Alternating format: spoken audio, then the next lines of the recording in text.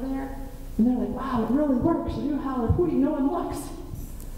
But we use a lot of lingo, and you have to be really careful when you're doing the one-on-one not to throw a lot of words at them, but enough that they're going to be able to figure it out. It would be nice to have A linky to, here's the vocabulary. Yeah, just to kind of send them. Yeah, because geocaching has a nice one now. They didn't have that before. And like I said, now that I wrote this too when we didn't have the Wi-Fi hotspots. So I had to rely on, and plus you could be in a place where a hotspot doesn't work. So I had to write this so that I didn't require the internet. And at the times when I'm in places when I have the internet, I would actually just bring up the web. I'd go right in, go to the event page, click on the caches near the event page, and that's really helpful. The more people see how easy it is to get around on their website, it's so less intimidating. Versus, hi, we're here to talk about it, let's find caches. Bye, good luck. That's how we always feel. And if they log on that they attended the event, yes, okay, at least somebody figured it out. You know, because think about it, how else do you have that connection? Comments?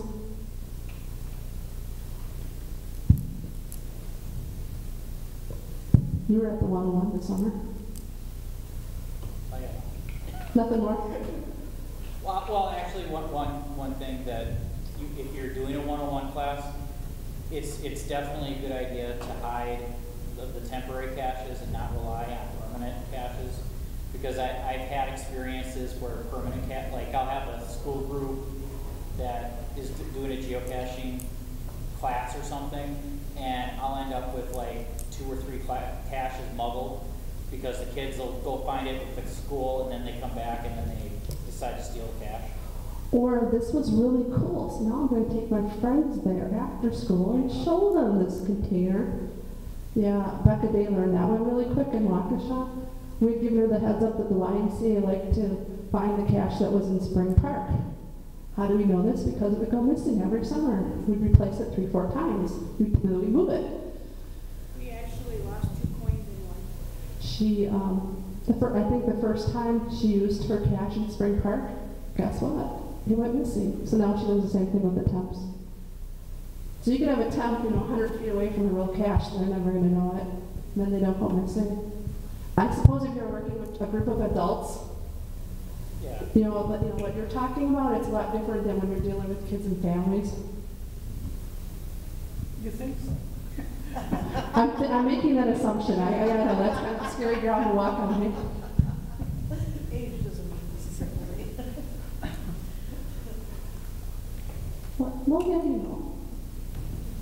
But that's just, some of the things I've learned along the way, how it works. But when I started doing the Geo 101 classes, we would meet at City Hall. I used the council chamber, so I had all the AV stuff. I also had the internet, so I could show the web pages. And then we would go over to Conkle Park, and I actually probably know every possible hiding spot in that park because we had Conkle Park, temp cache layout 1, temp cache layout 2, just basically shifting where some of the caches were, so that if I saw it was the same, because I get people that would come back time after, I don't know if they like seeing it again, but I get the same family again. I would just, okay, we're using layout number 2 today. And so that way we could keep it a little bit new, or if I had the same people helping me, so that way we kind of mixed it up for them as well. And it worked really well. To me, that just worked. The times I used my regular ones, I had problems with going missing the next day.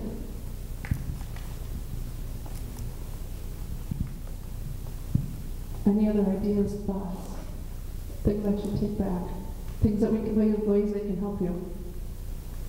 I just had one kind of suggestion, and this is just for your training the trainer thing. When my part-time gig is that I teach firearms instruction basically. Sure. So, and I teach crime prevention classes too. Okay.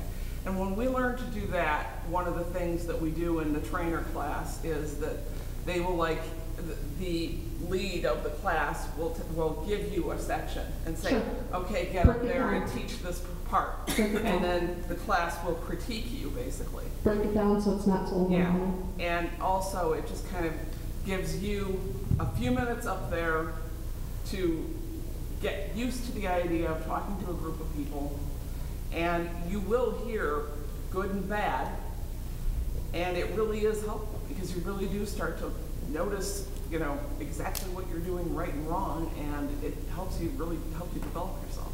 It works well with people who are afraid to talk in front of a group because it's only going to be this little amount of time, and it's really helpful to get them to slow down. Some people who are really nervous start talking like this, and it's really hard to follow them because they're talking so fast. Well, that's one of the big things that I think a lot of people learn is that you need to listen to yourself. So that If you're not talking listening at to yourself, nobody else is going to listen to you. You're talking at a rate and tone that people can understand. Exactly. But it's a good way to break it down, especially if you're the whole idea of talking to a group. And it's different when, like I said, when you're dealing with a group of kids, because for me it's helpful to sit at their level. We sit around a picnic table at camp when I do it, versus when you're dealing with other people, you stand, and just learning some of those little tricks. And then how people are standing, especially when you're teaching this outdoors, so that if the sun was behind me, that you're not looking in the sun if you can help it. Because if you're sitting here looking at me and squinting all the whole time, how much are you getting? Where I've gotten pretty good at, I can look at people's faces and not look up at the sun, which is just one of those real subtle things when you're teaching outdoors people don't think about. Or you're wearing the hat so that it's giving me some sort of shade over my face. Little pointers I can put into it. But the one part we were teaching at the one picture I had, the way they had set up the area we were presenting, the people were looking in the sun, and it was like, well, how do I turn this around? If there was no way I could turn it around, I had to apologize. I'm like, I'm sorry. I just kept moving around so hopefully they could see me a little bit because they were looking right into the afternoon sun. WGA, because you were talking about going to the police departments and stuff like that. I know that had kind of been talked about for the past couple of years, but it would be nice to kind of, I know it kind of sounds silly, but to let the members of the WGA. The members should know that there's that pamphlet out there.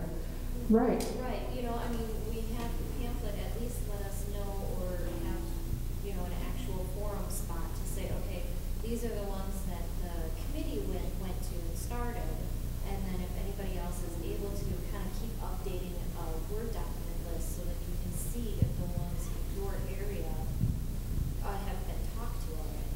Rob, will you confer with me that that committee's pretty much been dead for 2 years? Yes, it has been. Yeah. Yeah. The committee's pretty much been dead for 2 years. Yes. Yeah. I think that's why Jim has been kind of like, Renee, come on, do something here because we're getting a lot of requests for Geo 101. Yeah, not much education has been going on. Yeah. And when I actually sat down to do the presentation for today, and I saw the educating about natural resources, I'm like, wow, okay, I didn't know that was part of the committee. Really, I didn't. And Leave No Trace has given me a video and a whole bunch of pamphlets and information. I'm like, now it makes sense why he's giving this to me. Because, besides that's his mission, but also it's part of the WGA, so now I get it. So that it helped me to put that piece in this presentation today, that is their mission to include that stuff.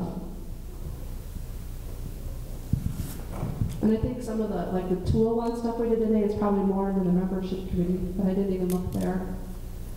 Because the education committee is more in my year committee. But I think it's been pretty dead for 2 years. This may be off subject, but how is the WGA just even making geocaching known? I found this by accident personally. I've only been doing this since the end of August. You were part of the West Bend. Yes, and that's because I found this out by accident. I work at St. Luke's, part of Aurora. Cool. And we have a woman that's into health and stuff like that, and somehow she's got a partnership with Aurora, and she has a little blog on health and fitness and that type of thing. And she talked about her first some experience with geocaching. And when she, talked about that sounds interesting. That's something I would like to do.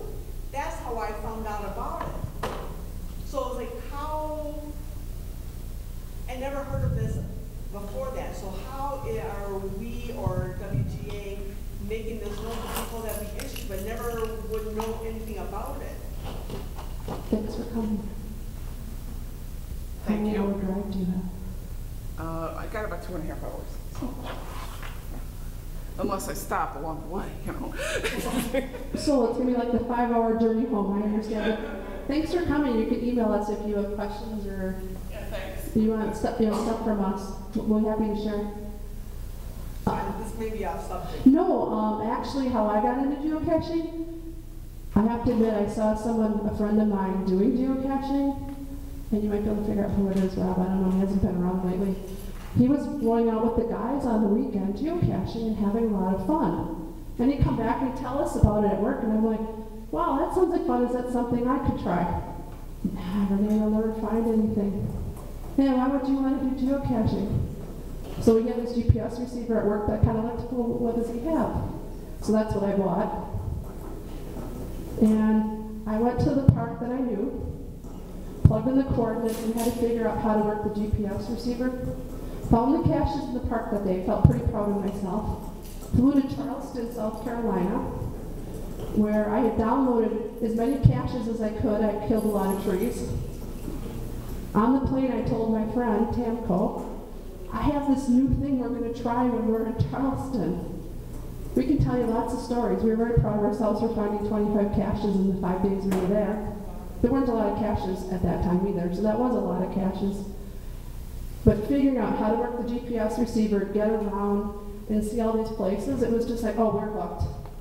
So I came back from Charleston and I said, well, we found 25 in Charleston. What do you mean I can't figure this out? So that was what got me started. And then I was in Fox 6 News Story, and then I've been in the Milwaukee Journal a couple of times now talking about geocaching, where I want to say Vince Cadella started because of me, because somebody else from Fox 6 had come and filmed me at Conkle Park talking about geocaching, and then we actually went to find a cache together, and then like 2 months later Vince Cadella was doing it. So.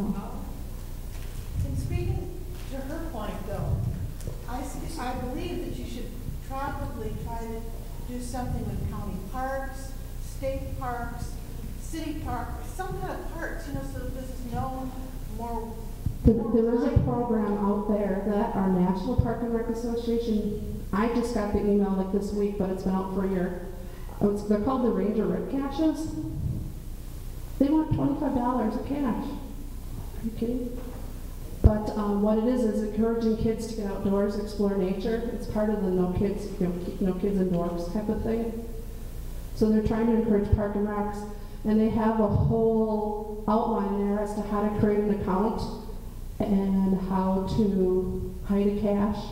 But they don't explain looking for caches that are already out there. I was like, well, that's not good. But trying to encourage park and recs to do it. But unless you really paid attention to the email, it was just this little line in the email, so it wasn't that good. But it can't be added to like pamphlets or passed out at the parks or something? A lot of the state parks already have programs at the state parks. Pike Lake has a list of all the caches at Pike Lake. I know, I'm pretty sure Devil's Lake does. Devil's Lake, I'm trying to think up in Zuma country. Buckhorn State Park Buckhorn. has some of the ranger rig caches up there, and the ranger station actually knows about them. 'Cause we just picked up pamphlets, we were out in Waukesha, and we just picked up, each Waukesha County had a pamphlet for every one of their parks. Sure. And there was nothing on geocaching on any of them. And a lot of it depends on who's in that area. I mean, it's a volunteer organization. If we don't have somebody that lives nearby there that's willing to take and go there and do it, a lot of times the state parks will do it. It's just that, I mean, we were in the park looking for geocaching. They already exist in the park. We just Right, I'm don't saying, know but about it. getting the people there to take and go there, Promote it. you know, To promote it. You know, some state parks are real receptive to that. Some state parks Happen aren't. But, you know, they had Not it as on receptive. display, and each park had its own little pamphlet. Mhm. You know, maybe you could have a, you know, a WGA